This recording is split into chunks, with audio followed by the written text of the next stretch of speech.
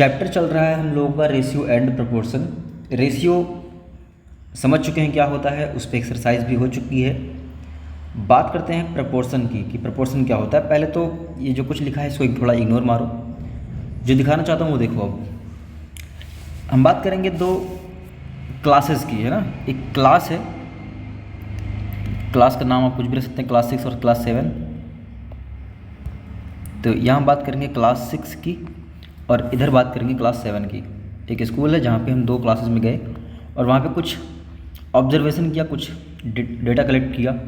तो पता ये चला मैंने किस चीज़ का ऑब्जर्वेशन किया, क्या पूछताछ की, कौन सा सर्वे किया, वो देखते हैं। मैंने उनसे पूछा कि आपको गाने कौन से पसंद है। तो इस क्लास में थे 40 बच्चे, उसमें से आंसर आया सर 20 बच्चों को पसंद थे ओल्ड सॉन्ग्स। ओल्ड सॉन्ग पसंद करने वाले 20 बच्चे थे वहाँ पे, और न्यू सॉन्ग पसंद करने वाले थे, नए सॉन्ग पसंद करने वाले थे 20। दूसरी क्लास में गया 7th क्लास में, वहाँ पे 50 बच्चे थे और उसमें से पुराने गाने पसंद करने वाले 25 निकले और नए पसंद करने वाले भी 25 निकले। तो मैंने क्या किया, ओल्ड का न्यू से रेशियो फाइंड आउट किया क्लास 6 में। तो रेशियो आया 20/20 कैंसिल हो जाएगा, 1:1 का रेशियो आया। यहाँ पे मैंने क्या किया, यहाँ भी मैंने ओल्ड का न्यू से रेशियो फाइंड आउट किया। तो पता चला 25/25 दैट इज़ 1:1। तो यहाँ पे ये 20/20 और ये 25/25 यानी कि जो दोनों फ्रैक्शन है या कह लो जो दोनों रेशियो हैं, हालांकि दोनों सेम नहीं है तो थोड़ा सा डिफरेंस होता है, बट फ्रैक्शन का सहारा लेकर के ही रेशियो की स्टडी की जाती है। तो यहाँ पे जो दोनों रेशियो हैं 20:20 का, 25:25 का, दोनों ही रेशियो की जो वैल्यू आई है वो आई है 1:1। तो बस इसी को बोलते हैं प्रोपोर्शन। किसको बोलते हैं प्रोपोर्शन, एक बार समराइज़ करते हैं। हालांकि मैंने बताया नहीं किसको कहते हैं प्रोपोर्शन। जब दो रेशियो सेम होते हैं, ठीक है, जब दो रेशियो सेम होते हैं तो उनको इक्वेट हम कैसे करते हैं। यहाँ लिखूँगा मैं 20/20 = 25/25। अब ये जो एक्सप्रेशन बन के तैयार हुआ है इसी को हम बोल सकते हैं क्या, प्रोपोर्शन। इसी को हम बोलेंगे प्रोपोर्शन। एक तरीके से इसको लिखने का कई तरीका हो सकता है। हम ऐसे भी लिख सकते हैं कि 20:20 जो रेशियो था ये 25:25 इस रेशियो के इक्वल था। और हाँ, प्रोपोर्शन को डिनोट करने का एक सबसे बेहतरीन तरीका क्या होता है, ये पहला रेशियो था अपना 20:20, दूसरा था 25:25। इन दोनों को इक्वल दिखाने के लिए मैंने एक बार इक्वल का सहारा लिया, लेकिन एक बार इस साइन का सहारा लिया है। तो ये सबसे बेस्ट तरीका माना जाता है प्रोपोर्शन, इसी को कहते हैं। हालांकि ये भी प्रोपोर्शन है, कुछ गलत सही नहीं है, यहाँ पर सब सही है, लेकिन प्रोपोर्शन एग्जैक्टली ज़्यादातर यही अच्छे से एक्सप्रेस कर पाता है। मतलब प्रोपोर्शन इसी के लिए, मतलब ये बनाया ही गया स्पेशली प्रोपोर्शन के लिए। तो प्रोपोर्शन क्या है, एक ऐसी स्टेटमेंट या एक ऐसी इक्वेशन जहाँ पे दो रेशियो को इक्वल दिखाया जाता है। बात को समझना ध्यान से। अब इसको छोड़ दो, अब यहाँ जाओ डेफिनेशन में। इफ़ 2 और मोर रेशियोज़ आर इक्वल, अगर 2 और 2 से ज़्यादा रेशियो हैं और वो इक्वल हैं सर, तब then it is said to be in proportion, तब हम उन्हें प्रोपोर्शन में कहते हैं। चलिए यहाँ पे अपने पास 4 नंबर हैं, A, B, C और D। यहाँ पे जो A और B का रेशियो है ये सेम है C और D के रेशियो से। तो इस चीज़ को हम 3 तरीके से लिख सकते हैं। A/B = C/D पहला तरीका। दूसरा तरीका क्या है, A/B, इसको बोलेंगे प्रोपोर्शन C/D या C/D। इसको सही तरीके से क्या पढ़ते हैं, A/B इज़ प्रोपोर्शन C/D। एक तरीका ये भी है कि A/B = C/D। तो ये है प्रोपोर्शन को रिप्रेजेंट करने के 3 तरीके। नोट क्या करना है, जो मैंने लिखा है बस इतना ही, बस ये इतना। इसके बाद जो ये यहाँ पे जो 4 टर्म्स हैं, यहाँ पे कितने टर्म्स हैं, 4 टर्म्स हैं। इस फर्स्ट और इस लास्ट यानी कि फर्स्ट और फोर्थ टर्म को हम कहते हैं एक्सट्रीम टर्म्स। यहाँ पे हालांकि एक्सट्रीम्स लिखा है, दोनों बातें सही हैं। इसको हम एक्सट्रीम टर्म भी बोल सकते हैं। क्या बोल सकते हैं, एक्सट्रीम टर्म्स। और जो बीच में 2 हैं यानी कि सेकंड और थर्ड टर्म, इनको हम बोलते हैं मिडल टर्म। हालांकि यहाँ पे मीन्स लिखा है वो भी सही है, लेकिन हम लोग अगर इस्तेमाल करेंगे खुद से तो इनको हम क्या बोलेंगे, मिडल टर्म बोलेंगे। ठीक है, एक काम करना आप लोग, जब ये चीज़ लिख रहे हो तो उस समय इस मीन्स को हटा करके मिडिल टर्म लिख लेना, एक्सट्रीम को हटा करके एक्सट्रीम टर्म। दोनों सही हैं लेकिन हम चलेंगे NCERT के अकॉर्डिंग। इसके बाद एक खास रूल होता है प्रपोर्शन में कि product of extremes equal to product of means, ये एक रूल है, इसको याद रखना, एक फार्मूला है। तो यहाँ पे एक्सट्रीम पे कौन था, A और D, यानी कि A और D का जो प्रोडक्ट होगा, A और D का जो प्रोडक्ट होगा वो B और C के प्रोडक्ट के इक्वल होगा। ऐसा क्यों आ रहा है, बहुत सिंपल बात है, इसमें कोई बड़ी बात नहीं है। अभी आपने देखा कि हमारे पास अगर A और B का जो रेशियो है वो C और के रेशियो के D के इक्वल हो, C और D के रेशियो के इक्वल हो, तो ऐसे लिख सकते हैं उसको हम। और क्रॉस मल्टीप्लिकेशन तो आप पढ़ ही चुके हैं, यानी कि A multiply by D equal to B multiply by C। ये कुछ थी खास बातें प्रपोर्शन की। आइए करते हैं exercise 12.2। Determine if the following are in proportion. हमें ये चेक करना है कि यहाँ पे जितने ये 4 टर्म लिखे हैं क्या ये चारों टर्म प्रपोर्शन बना सकते हैं या फिर नहीं। तो पहला क्वेश्चन यहाँ पे अपने पास कितने नंबर हैं, 4। चेक क्या करना है, क्या ये चारों प्रपोर्शन बना सकते हैं या नहीं। चलिए चेक करते हैं। तो ए वाला पार्ट, यहाँ पे सबसे पहले क्या किया जाए, 15, 45, 40, 15, 45, 40, 120, ये 4 नंबर हैं। यहाँ पे हम रेशियो पता करेंगे पहले 15 और 45 का, 15/45। तो सॉल्व करो इसको, 15 बन जाए 15, 15 3 जा 45, 1/3 आ रही इसकी वैल्यू। अब 40 और 130 की वैल्यू फाइंड आउट कर लो, सॉरी 120 की। तो 40 बन जा 40, 43 जा 120। एज यू कैन सी दोनों की वैल्यू सेम है, तो हम यहाँ लिख सकते हैं 15 रेशियो या 15:45 इज़ इक्वल टू, लगाओ चाहे ये दोनों में से किसी का साइन, चाहे ये यूज़ करो चाहे इसकी जगह पे इक्वल का साइन यूज़ करो, दोनों सही है। बट चलो इसको यूज़ कर लेते हैं प्रोपोर्शन का साइन, 40:120, मतलब ये चारों प्रोपोर्शन में है। तो लिखेंगे दीज आर,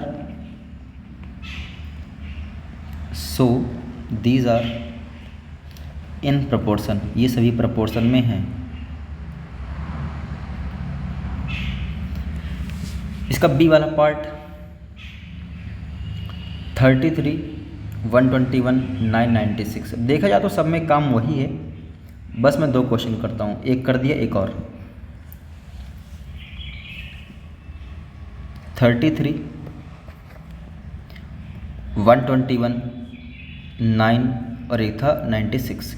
तो हमें 33 और 121 का थोड़ा सॉल्व करना पड़ेगा इसको, इसका रेशियो निकालते हैं। 11 से डिवाइड किया तो 11 3 से 33, 11 1 से 11, 12 में से 11 जाएगा 1 बचेगा, 1 और 1 11, 11 1 से 11, 3:11 आ रहा है ये। 9/96, 3 से काट दो, 3 3 जा 9, 3 3 जा 9, 3 2 जा 6, 3/32।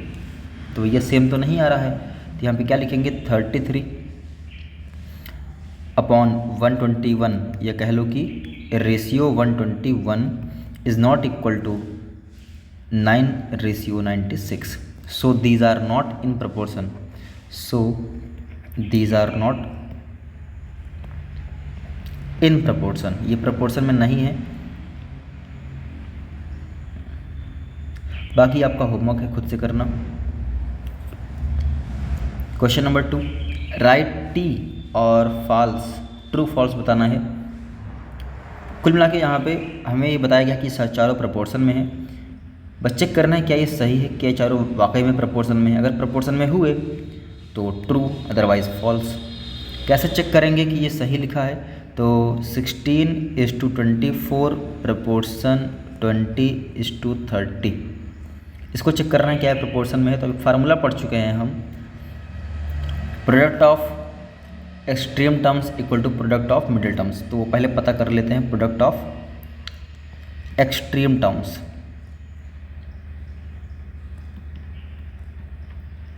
एक्सट्रीम पे कौन कौन है यहाँ पर, 16 और 30, कितना हो जाएगा, 16 3 जा 48, 1 0 480।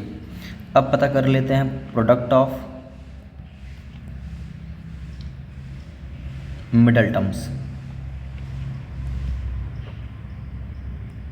कितना आएगा 24 मल्टीप्लाई बाई 20, 2 4 जाए 2 2 4 480 इक्वल आ गया। तो यहाँ पे लिखेंगे क्या, यहाँ पे लिखा जाएगा प्रोडक्ट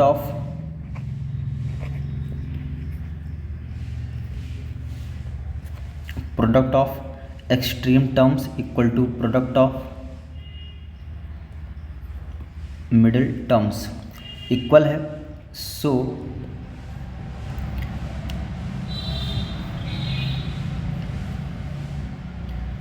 the statement is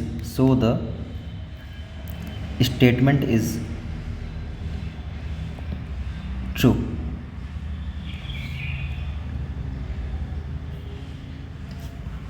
इसके बाद मैं करता हूँ ये सी वाला पार्ट, बाकी आपका होमवर्क हो जाएगा, क्योंकि सब में एक ही काम करना है, कैसा भी क्वेश्चन सब में एक काम वही।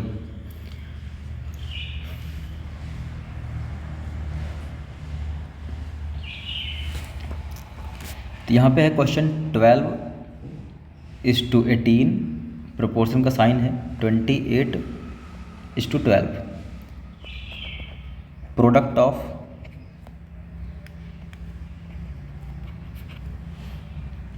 Extreme terms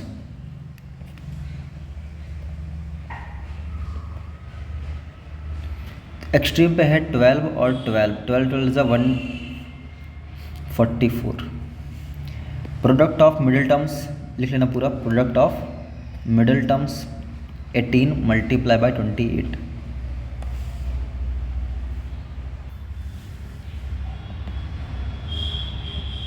504। As you can see भाई इक्वल नहीं है तो ये स्टेटमेंट फॉल्स हो जाएगी, तो तुरंत लिख लेंगे कि product of extreme terms is not equal to product of middle terms, so the statement is false, the statement is false. बाकी होमवर्क हो गया। Third question, are the following statements true? Okay चलिए,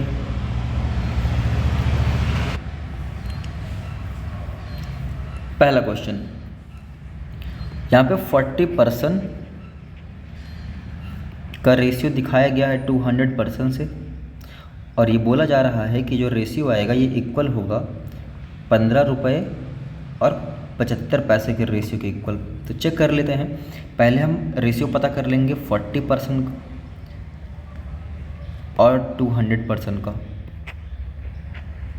ये रेशियो कितना आएगा,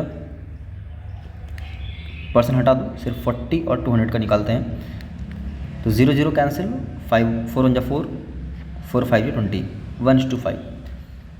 दूसरा जो ratio दिया गया है वो दिया गया है 15 रुपये और 75 पैसे में, 15 × 75 1/5, तो ट्रू है। क्या लिखेंगे, ट्रू।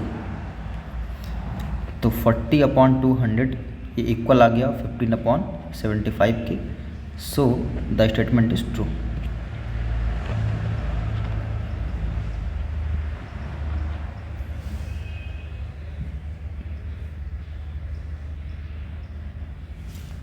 इसका लास्ट वाला करूँगा मैं, बाकी होमवर्क रहेगा, कुछ बड़ी बात नहीं, सब में एक ही काम करना है भाई, बस रेशियो चेक करना है इक्वल है कि नहीं। लास्ट पार्ट ई वाला, 45 किलोमीटर इज़ टू 60 किलोमीटर, ये इक्वल दिखाया गया है 12 आवर्स और 15 आवर्स के रेशियो के इक्वल। चलिए चेक करते हैं इक्वल है कि नहीं। तो 45/60 पहले पता कर लेते हैं कितना आएगा, ये आएगा, डिवाइड करते हैं इसको 15 से, तो 15 3 × 15 4 × 3:4, फिर 12 आवर्स और 15 आवर्स का 3 से कटिंग होगी, 3 4 × 3 5 × 4:5 इक्वल नहीं है, तो 45/60 is not equal to 12/15, so the statement is false. Question number 4, determine if the following ratio form a proportion, also write the middle terms and extreme terms where the ratios form a proportion। देखो जी, यहाँ पे हमें दो ratio दिया गया है, एक ये रेड पेन का यूज़ किया जाए, पहला रेशियो ये है, दूसरा रेशियो ये है। इन दोनों रेशियो को चेक करके ये पता करना है कि क्या ये प्रपोर्शन में है, चलो, अगर प्रोपोर्शन में नहीं निकला तो वहीं छोड़ देना है, अगर प्रोपोर्शन में निकल गया तो हमें उसका मिडिल टर्म और एक्सट्रीम टर्म भी बताना होगा, बस मेंशन करना है, कोई रूल वगैरह अप्लाई नहीं करना। चलिए शुरू करते हैं पहले क्वेश्चन को। तो 20, देखो क्वेश्चन नोट कर लेना, बस मैं करता हूँ सॉल्व इसको। तो 25 सेंटीमीटर और 1 मीटर का हमें क्या पता करना है, रेशियो। ध्यान दीजिए यहाँ पे यूनिट जो है अलग अलग है, यूनिट का भी खास ध्यान रखना है। 25 सेंटीमीटर को 25 सेंटीमीटर रहने देते हैं, बट इस 1 मीटर को हम लिख लेंगे क्या, 100 सेंटीमीटर। अब चलिए रेशियो पता किया जाए, किसका किससे रेशियो पता करेंगे। 25 सेंटीमीटर का इस 1 मीटर के प्लेस पर लिखा जाएगा 100 सेंटीमीटर। बताइए रेशियो कितना आएगा। 25 1 25, 25 4 जा 100, तो ये रेशियो आ रहा है 1/4 का। इसके बाद दोनों अमाउंट का यहाँ पे तो यूनिट सेम है, 40 और 160 का, तो ₹40 अपॉन ₹60, 160। 0 0 कैंसिल, 4 1 जा 4, 4 4 जा 16, तो इक्वल आ गया। तो इसका मतलब ये प्रोपोर्शन में है, क्या लिखा जाएगा, yes these are in proportion. हाँ, ये प्रोपोर्शन में है। अच्छा, मैंने बोला था अगर प्रोपोर्शन में होंगे तो हमें टर्म्स भी जो है लिखने पड़ेंगे। तो यहाँ पे बताइए मिडिल टर्म्स क्या हैं, मिडिल